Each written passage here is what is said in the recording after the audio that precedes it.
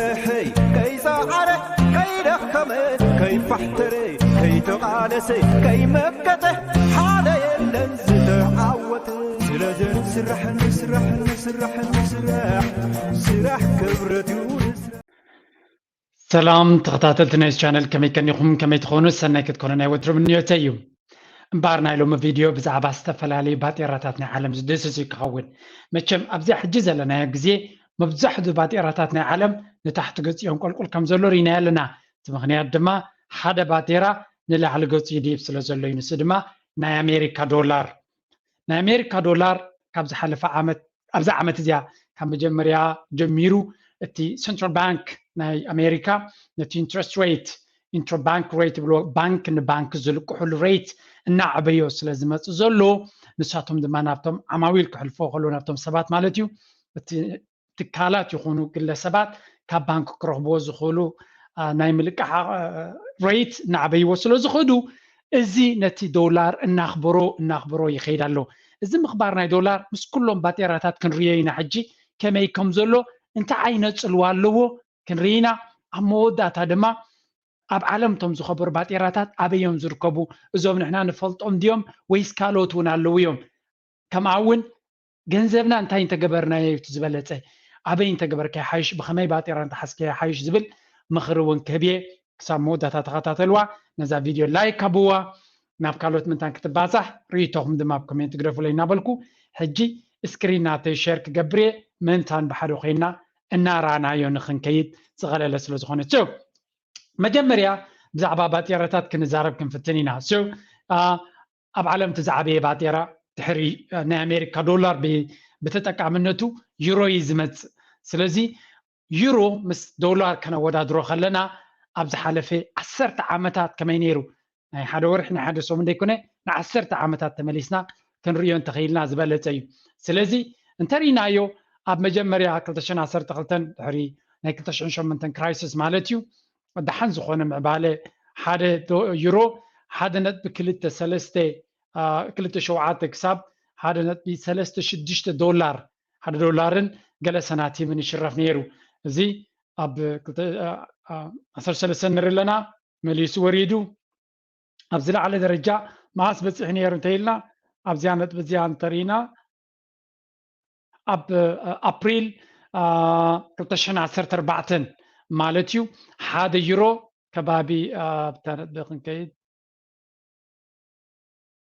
هذا يورو كباب هذا دولارن 4 سنتيم نابيل بصح نيرو سلازي ازيل على درجه بصح نيرو دحريو نتحت قصو كان كل جمير بغلطف and then اب هذا lowest point ناتو كساب هذا كبابي هذا دولار هذا يورو هذا دولار كبابي بصح نيرو مالتي دحريو ديبو كل غزيه كن لعل هذا دولار ينيرو ابز بصح غزيه لعل هذا دولار ينيرو ولا غزل قبل نيريو ابز حج قربا غزيه دما اب 2010 موداتا مالتيو ابزل على درجاتاتو بصح نيرو خنبل نخل كابو جميرو كاب ورحي 2010 هذا جميرو جن نتحت قصو خنقلقل جميرو نا تمنقلقل دما نريو لنا ابزي وانزي اب تحت درجه وريدو لابزلو هذا دولار لعل هذا يورو كوين له مالتيو هذا يورو حسكا مسيخ هذا دولار ون كتركب يتخلنا سلازي اتبات ايراك ساب كندي انها كم زمته نريو لنا بمنصرو ناي مغزع عقمو اب اوروباوي حبرت وي نيرو زتقام حزبي ناب كالوت هاغرات كخيد كلو ازي نتجل سبات حسايو نتكالات بنصاريو دتي واغاتات ناي نبراتات بيورو يحصر تلزلو ناب دغ اكسبورت خغبرو خوليام جن ناي ابزي وانه زي جن ازي سري هلن مخنياتو ات دولار امنا سلاز خبره بزح بدولار زغزو كم بعل داري كم بعل غاز لعل سلاز ديبه نقطه بنا اوروبا اب كم يوريد ولور ينالنا سو ناي يورو غعزو نريو لنا يورو ترايغنا كنا كنري كالاي عبي باتيرا خنرغن فتنينا نابنت اب عالم قال كابتن ز عبي باتيرا ترينا ناي اباي بريطانيا باوند ستيرلين دما كنري نامس دولار كنري خلنا باوند ستيرلين دما حدا كابتن ازيوم رغوات باتيرا تنا عالم نيرو هذا باوند هذا $6 نيرو اب 2010 تخلتنا بيلو مالتيو ابزل على ترزناتو دما 2010 4 حدا نت بشوعت دولار بصح نيرو كابو من كل قال ننوح كم كل صنيو انري لنا ኣብ 2016 እቲ ናይ ብሬግዚት ግዜ ዝተሓተ ደረጃ ሃሪሙ 1.2 ተበፂሑ ነይሩ ካብኡ ድሓን ዝኾነ ምንቅስቃሳት ከርኢ ፀኒሑ እቲ ጉዕዞናቱ ንሪኦ ኣለና ኣብ ገለ ፖይንት ኣብ ዝለዓለ ደረጃ ኣብዛ ዓመታት እዚ ኣብ 2021 ወርሒ 5 ሓደ ፓውንድ 1.4 ዶላር ከባቢ በፂሑ ነይሩ ካብኡ ጀሚሩ ድማ ፍሪ ፎል ናጎደለ ይኸይድ ኣሎ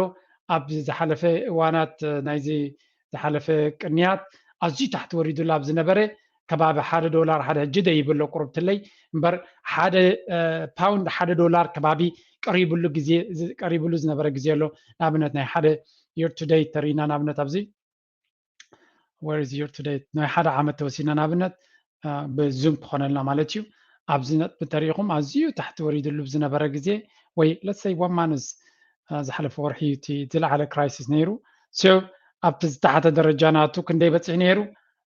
ተሪና where is the rate ሓደ ዶ okay what is it what do we see here yes ሰፕተምበር 26 ተሪና ሓደ ፓውንድ 1.05 ሓደ ፓውንድ 1 ዶላር ከባቢ በፂሑ ከም ዝነበረ ንርኢ ማለት እዩ ስለዚ ሕጂ እኳ ቁሩብ ደይብሎ ድሕሪትያ ፕራይም ሚኒስተር ምእላያ ካልእ ቪድዮ ገይረልኩም ነይረ ከይድኩም ራእይዎ እዚ ካብ ምንታይ ዝተበገሰ ምዃኑ እዚ ፓውንድ ኢና ርኢና ኣለና ፓውንድ እውን ኣብ ዝሓለፈ ዓመታት ከም ቆልቁል ከም ዝተራየ ሕጂ ዓብ ቁጠባ ናይ ዓለም ክንርኢና ንሱ ድማ ቻይና ክንርኢና ቻይና ኸ ባጤራ ናይ ቻይና ኸ ኣንጻር ዶላር ውሕስነት ክኸውን ይኽእል ዶ ንዝብል ናይ ቻይና ባጤራ ክንሪኦ ኢና ከመይ ከም ዝነበረ ማለት እዩ ናይ ቻይና ባጤራ እውን ልክዕ ከም ዩሮ ወይ ከም ካልኦት ባጤራታት ኣብቲ ድሕሪ 2008 ዘጋጠመ ክራይሲስ ክድይብ እዩ ተራእዩ ይድይብ ነይሩ ምክንያቱ ናይ ኣሜሪካ ቁጠባ ወይ ካ ዶላር ርጉእነት ስለ ዘይነበሮ ድሕሪኡ ብሓፈሻ ዝለዓለ ፒክ ናቱ ብመብዛሕትኦም ባጤራታት ኣብ 2014 ዝለዓለ ጥርዞም በፂሖም ነይሮም ዶላር ምትእምማን ኣጉዲሉ ስለ ዝነበረ ኣብቲ ግዜ እቲ ድሕሪኡ ታሕቲ ገፁ ከም ቆልቁል ንሪኦ ኣለና ማለት እዩ ኣብዚ ታሕቲ ደረጅኡ ክንሪኦ ከለና ታሕቲ ደረጅኡ ድማ 2016 ነይሩ ንሪኦ ኣለና ድሕሪኡ እውን ደይቡ ድሓን ዝኾነ ርዩ ካብ ፌብሩዋሪ ወይ ወርሒ 2 ናይዚ ዓመት እዚ ጀሚሩ ግን ናይ ቻይና ቁጠባ እውን ባጤራ ናቱ ምስ ትቁጠቡ የንቆልቁል ኣሎ ማለት እዩ ኣብ ሬከርድ ሎው ድማ ይርከብ ስለዚ ባጤራ ናይ ቻይና እውን ውሕስነት ክኸውን ከም ዘይክእል ኣብዚ እዋን እዚ ንርኢ ኣለና ሕጂ ኣብ ኔክስት ባጤራ ኸይራና ሓንቲ ሓበሬታ ክበኩም እየ ናብቲ ኔክስት ሓበሬታ ክንሓልፍ ኢና ሽዑ ማለት እዩ ናብ ዌብሳይትና ድራርሂወት.ኮም ከድኩም ዶ ትፈልጡ እምበር ኣብዚ ዌብሳይት ዝተፈላለየ ንኩልና ክጠቅም ዝኽእል ኮርሳት ኣለና ገለ ካብኡ ናይ ስቶክ ማርኬት እንታይ እዩ ብኸመይ ይሰርሕ ኣበይ ይርከብ ብኸመይ ኣነ ብንእሽተይ ገንዘብ ኢንቨስት ክገብረሉ ይኽእል ንዝብል ዝሕግዝን ተግባራዊ ናብ ስጉምቲ ትወስደካ ትምህርቲ ኣሎ እሞ ራእይዎ ካልእ ብዛዕባ ቢዝነስ ካብ መባእታ ክሳብ ቢዝነስ ተኣቱ ክሕግዝ ዝኽእል ትምህርቲ ኣለና ናይ ኮምፒውተር ክእለት ንዘይብልኩም ካብ ፈለማ ክሳብ ዕብይ ዝበለ ደረጃ ዝሕግዝ ትምህርቲ ኣለና ቪድዮ ኤዲቲንግ ክትመሃሩ ተደሊኹም ንኤዲቲንግ ዝሕግዝ ብቴሌፎንኩም ይኹን ብኮምፒውተር ዝተፈላለየ ኮርሳት ኣለና ብክእላታት ዝተቐረበ እዩ ብቕልል ዝበለ መንገዲ ድማ ቀሪብና ኣለና ኣብኡ ይርከብ ናይ ቋንቋ እንግሊሽ ትምህርቲ እውን ኣለና ስለዚ ይጠቕመና ይንተልኩም ከድኩም ካብቲ ዌብሳይት ሓበሬታ ወሲድኩም ናብቲ ኮርሳት ኢኹም ክትዓብዩ ትኽእሉ ታንክ ዩ እምበሃር ሕጂ ሓደ ካብቶም ርጉኣት ባጤራታት ናይ ዓለም ዝበሃል ናይ ስዊስ ፍራንክ እንተሪእና ኣብ ዝሓለፈ 10 ዓመት ከመይ ነይሩ እሱ ኸ እንተሪእናዮ ስዊስ ፍራንክ ብሓፈሻ ምስ ዶላር ፓሪቲ ብዙሕ ግዜ ጥቃጥቃ እዮም ስለዚ ሓደ ዶላር ሓደ ፍራንክ ሓደ ዶላር ከባቢ እዩ ኣብ 2012 ቁሩብ ይድይብ ነይሩ መንግስቲ ስዊስ ኩሉ ግዜ ሓደ ዶላር ልዕሊ ሓደ ፍራንክ ልዕሊ ሓደ ዶላር ክኸውን ከሎ ገንዘብ ብምግዛእ ክዕርዮ እዩ ዝፍትን ምክንያቱ ኣብ ኤክስፖርት ዝምርኮስ ቁጠባ ስለ ዘለዎም ስለዚ ኩሉ ግዜ ትሕቲ ዶላር ክኸውን እዮም ዝደልይዎ ንገለ ደረጃ ማለት እዩ መብዛሕትኡ ግዜ ኣብቲ ከባቢ ዶላር እግርግር ክብል ንሪኦ ኣለና ማለት እዩ መብዛሕትኡ ግዜ ግን ዶላር ልዕሊ ዶላር ኮይኑ ንሪኦ ነርና ኣብቲ መጀመርያ 2014 13 ዝነበረ ግዜ እዩ ሓደ ግዜ ግን ዝለዓለ ጥርዚ ሹት ገይሩ እዚ ድማ ኣብ 2015 እዩ ኣብዚ መጀመርያ ታሕቲ ወሪዱ ድሕሪ ድማ ላዕሊ ሹት ገይሩ 1.16 በፂሑ ግን ቀልጢፎም ኮሬክት ገይሮሞ ኣብቲ ፓሪቲ ደን ካብ 2015 መብዛሕትኡ ግዜ ትሕቲ ዶላር well this is the parity I think تحت دولار كخون كم زلي وزنبرو وي نشتي لدولار كم زنبره نري لنا مالتيو كومي اللي خيد نيرو ابزي وانا زخا كم يالو انتهيلنا مجمريا لعل ديبو فبتي باتيراتات كودق مجمره نلعلي انو ادحر كورونا بزح ناي سويس فرانك طلب رقيب نيرو مغنياتو سيف هيفن سلاز بحال ناي سويس فرانك بزح سبنا خو جميرو نسات منغسي بتتاب مقبار دما خو دلو جمير جيجن نتحت وريدو ايركب مالتي كابتي ابت كباب حدا يزلو يا كباب حدا يزلو بزوان سلازي ناي سويس فرانك مبزحت غزي رغونات አለው ምስ ዶላር ይኹም ስካሉት ባጤራታት ክንሪኸልና ግን እቶም ካልኦት ባጤራታት እዮም ኮት ክንሪዮም ሕጂ ሓደ ካብቶም ናሽቲ ባጤራታት ክንሪና ንሱ ድማ ናይ ስዊድን ክንሪና ብዙሓት ኣብ ስዊድን እውን ዝቕመጥ ስለ ዘለና ናይ ስዊድን ተሪና ከመይ ነይሩ ኣብ ዝሓለፈ 10 ዓመት ኢልና ናይ ስዊድን ድማ ክልተ ካብ ላዕሊ ደረጃ ናብ ሓደ መንገዲ ጥራይ ክንከይድ ንሪኦ ኣለና ንሱ ድማ ክሳብ 2014 ድሓን ዝኾነ ቦታ ነይርዎ ካብኡ ጀሚሩ ግን مقدال تراي عينا نرزلنا دحن زخون ريكافر غير نير جدما ازيا منقل قالي ركب مالتي سزي اتبات ايرا متون زورو دولو متون دما ابتن هاجرات انفليشن وي كازغ بابي كله خمس خل دما مغمغامو كتغمغما تخل مالتي سو ازي خينو خلو حانتي كنريا نخل مودتا باطيراتات بحفشا بحتر زبالك كمي كم مخانو فاليناتهم كريكمي نابو خيبت احنا خلنا جن زي انفليشن بحال كي كاب اي ام اف زوص حبريتا كمي يالو سلازي حتير حبريتا خنو كرت خوينا انفليشن ون مسوق قمقام نري نابنت ناي سويس باتيرا ستيبل لنا نيرنا سو ابي الله سويس كترغبازيا كبات هاجريا سو سويسرلاند 3% لازم تحتي درجه ناي انفليشن الله وي زغبابي بسويدن دحر خيدنا 7% بلنا له نرويج 4.7 امريكا 8% كندا 6.9 ابزي هاجر ايران برتع زخوني نغار نري لنا تشاينا انترينا كلته هندي 6.9 روسيا of course او سلازلو it's going to be a lot Germany شمنتنت بحمشه record high جرمن مالتي فرنسا حمشن شمنت عند انجليز 9% 9 بحده سبين شمنت سو بحفشا تي باتيراتات هاسي زلو وريد دولو ترنا زغبابناتو دما ابزل على درجه نريو لنا مالتيو سو እዚ ኩነታት እዚ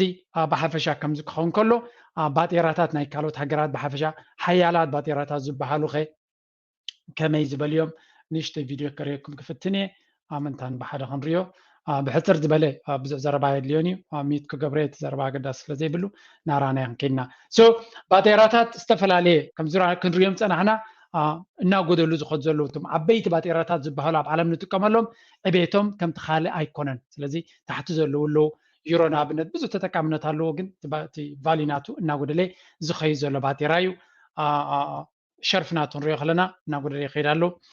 ኣብ ዓለም ቶም ዝኸበሩ ግን እዚኦም ኣብ ሃገራት ዓረብ ዘለዉ ባጤራታት እዮም ስለዚ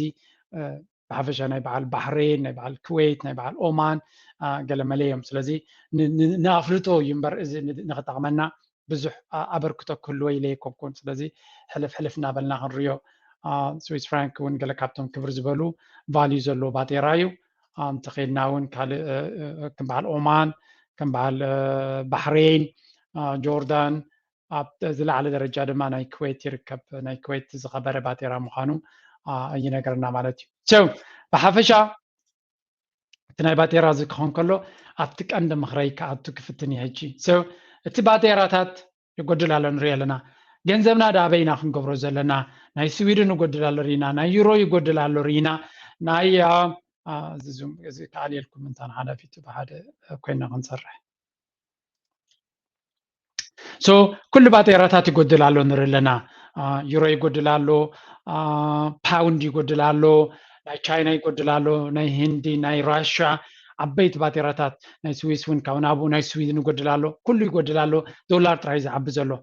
እንታይ ማለት ዳ እዩ እዚ ክትብሉ ትኽእሉ ኢኹም ብርግፅ ዋላ ዶላር ስለ ዝዓበየ ንግዚኡ ክጠቅም ይኽእል ይኸውን ንክንደይ ግዜ ይኮም ንዓበየ ክኸይድ ወይ ዶንት ኖ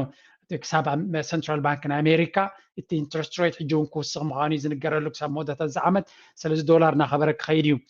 ብመንፅር ድማ ብዙሓት ቁጠባታት ናይ ዓለም ኣብ ሽግር ክኣትዋ እየን ምክንያቱ ዶላር ግድን ስለ ዘድልየን ኣሜሪካ እቲ ዝለዓለ ሓይሊ ናታ ኣብ ዓለም እቲ ዝለዓለ ተጠቃምነት ዘለዎ ባጤራ ስለ ዘለዋ እዩ ابز كمز قطباو زي رجوعነት كله خلو دما تشاينا ኢኮኖሚክ ፀገም ኣለዋ ናይ ኮቪድ ተኸተሎ ዘላ ፖሊሲ ተደመሮት ሃውሲንግ ማርኬት ናይ ገዛውቲ ማርኬት ናታ ዓብ ክራይሲስ ኣለዎ ዓዲ እንግሊዝ ኣብ ክራይሲስ ኣላ ንርኢ ኣለና ኤውሮፓ ናይ ነዳዲ ናይ ካልእ ናይ ውግን ክራይሲስ ኣለዎም ንርኢ ኣለና ስለዚ ንዶላር ካብ ካልኦት ብዝተፈልየ ኣድቫንት ተደላይነት ገይሩሉ ኣሎ ስለዚ ዶላር ስለ ዝሕዘሎ ይዓብሎ ብመንፅሩ ድማ ካልኦት ራሽያ ቻይና ህንዲ برازيل كمون ساوث افريكا بريكس بحالا ناتن باطيرا خبرا يحسب علوا كساب كندي وصيت كخونيو وي دونت نو اتزبلت سيف انفستمنت كم ورن بافت زمخرنا ندحر خوينو ግን ኣብ ከም ዝዋነዚ ብርክ መሓስትራዩ ብዙሕ ብርክታት ይኮነ ፖርትፎሊዮ ናይ ብርክታት መሓስ ስለምንታይ ካምፓኒታት ኩሉ ግዜ ባጤራታት ክቀያየር ከሎ ወይ ካ ኢንፍሌሽን ክመጽእ ከሎ እቲ ንሳተን ዘፍርዮ ነገራት ዋጉና ወሰኸ ስለ ዝኸይድ ነቲ ኢንፍሌሽን ዝበሃል ናብ ዓሚል ወይ ካን ኣብቶም ኤንድ ካስተመርስ የንዘሕልፎ ስለዚ ብርክታት ናት ብርኪ ዋጋ ብርኪ ነቲ ኢንፍሌሽን ኣብዞርብ ዝገብሮ ምክንያቱ ነቲ ኢንፍሌሽን ናብቲ ኤንድ ካስተመር ስለ ዝሕልፎ ኣይናይ ብርኪኹም ክትሕዙ ናይ ተስላ ዲ ናይ ጉግል ኣይ ዶንት ኖው እዚ ከቢድ ንኽትግምግሞ እንታይ እዚ ሪኮመንድ ትገብር ግን ባስኬት ናይ ዝተፈላለዩ ካምፓኒታት ወይ ካ ፋንድስ ብውሕድ ገንዘብ ኩሉ ገንዘብና እውን ግበር ይብል የለኹም ኣብ ኤውሮፓ እንተለኻ ናይ ስዊድን ክሮነር ክጎድል ይኽእል ዩሮ ክጎድል ይኸውን ኩሉ ገንዘብ ካሸጥካ ናብ ተቐይሮ ኣይብልኒ because that's very speculative ወይ ካ ኣብ ገምጋም ዝተመርኮሰ ዘረባ ስለ ዝኾነ ዝኻ ሪስክ ስለ ዘለዎ ኣብቲ ዘለኻዮ ገንዘብ በቲ ዘለዎ ገባጤራ ኣቐምጦ ናይ ኤክስቼንጅ ሬዲ ናይ ገለ ብዙ ክሳራታት ክመጽእ ስለ ዝኽእል እንታይ ግን ገለ ገንዘብና ኣብ ብርክታት ነስግሮ ዳይቨርሲፋይ ንግበሮ ኩሉ ቋቁሖ ካብ ሓደ ጀንቤል ኣይተንብሮ ዝብልኹም እዩ ብገንዘብ ጥራይ ቀሚጥካ እንተለኻ እቲ ባጤራ ናይ ሃገርካ ይመውት ኣሎ በንጻሩ ድማ ነገራት ይኸብርሎ ብኽልቲዩ ትሰለኻ ማለት እዩ ስለዚ ንኣብነት ኣብ ስዊድን እንተለኻ ናብ ካልእ ሃገር ክትገሽቲ ኮይንካ እንታይ ከጋጥመካ እዩ ባጤራ ናትካ ጎዲሉ ስለ ዘሎ ናይ ሆቴል ፕራይስ እዩ ናይ ቲኬት ናይ ኤር ቲኬት ኩሉ ክቡር እዩ ዘሎ ጎኑ ጎኑ ድማ መነባብሮ ክቡር ኣሎ እቲ ባጤራ ይመውት ኣሎ ስለዚ ብኩሉ ትኸስር ኣለኻ ዩሮ ከምኡ ስለዚ ገለ ገንዘብና ኣብ ብርክታት ኣስጊርና ተጸኒና ወላ ዋጋታት ናይ ብርክታት ተጎደለ ምስ ግዜ ክድይብ እዩ ባጤራና ተመሊሱ ክድይብ ዲ ክንምንታይ ክድይብ ግን ዊ ዶንት ኖው ምክንያቱ መንግስታት ብዙሕ ምትእትታዋት ኣብቲ ኢኮኖሚ ይገብሩ ስለ ዘለዉ ንኽትኣምኑ ኣሸጋሪ እዩ ኢንፋክት ክሪፕቶ ከረንሲ ነዚ መተካእታ ክኸውን እዩ ተባሂሉ ከም በዓል ቢትኮይን ብዓብዪ ዝረበሎም ነይሩ ኢንፍሌሽን ይኹን ንከምዚ ክሕግዙ ክእሉ እዮም ይበሃሉ ነይሮም ግን ዋላቶም ክሪፕቶ ከረንሲ በዓል ቢትኮይን ንባዕሎም ንታሕቲ ገጾም ኣንቆልቆሎም ስለ ዘለዉ ከምቲ ዝድለ ሄጅ ወይ ካ ኣንጻር ሪስክ ክኾኑ ኣይከኣሉን በዚ ኮይኑ በቲ እዚ ዋን እዚ ጥንቃቐ የድልዮ እዩ ኣብዚ ዩቱብ ቪድዮ ነዝሓዙ ናብዚ ኺዱ ክብለኩም ከቢድ እዩ ኣይፍቀድን እዩ ድማ እቶም ሓገዝ ደልዩ ኣብ ፕራይቬት ክላስ ያትኹም ዛክል ሓሳብን ሓገዝን ክበኩም ይኽእል እንተዘየለ ድማ በዛ ሓበሬታ ዝተኪምኩም ኣንቢብኩም ተማሂርኩም ናትኩም ስጉምቲ ክትወስዱ ትኽእሉ እዚኣ ጥራይ ክብለኩም ዝኽእል ብዝተረፈ ናትኩም ሪቶ ናትኩም ሓሳባት ክሰምዕ ደስ ብለኒ ዝኾነ ንስኹም ትብልዎ ሪኮሜንዴሽን እንተሎ ወይ ሓሳባት ወይ ፊድባክ ኣብ ኮሜንት ሴክሽን ክፅበየኩም እናበልኩም ነዛ ቪድዮ ላይክ ኣብዋ ናብ ካልኦት ንኽትባፃዕ ኣብ ካልእ ርእሲ ክሳብ ንራኸብ ድሓን ኩኑ ብለኩም ፅፅብቑ ቻው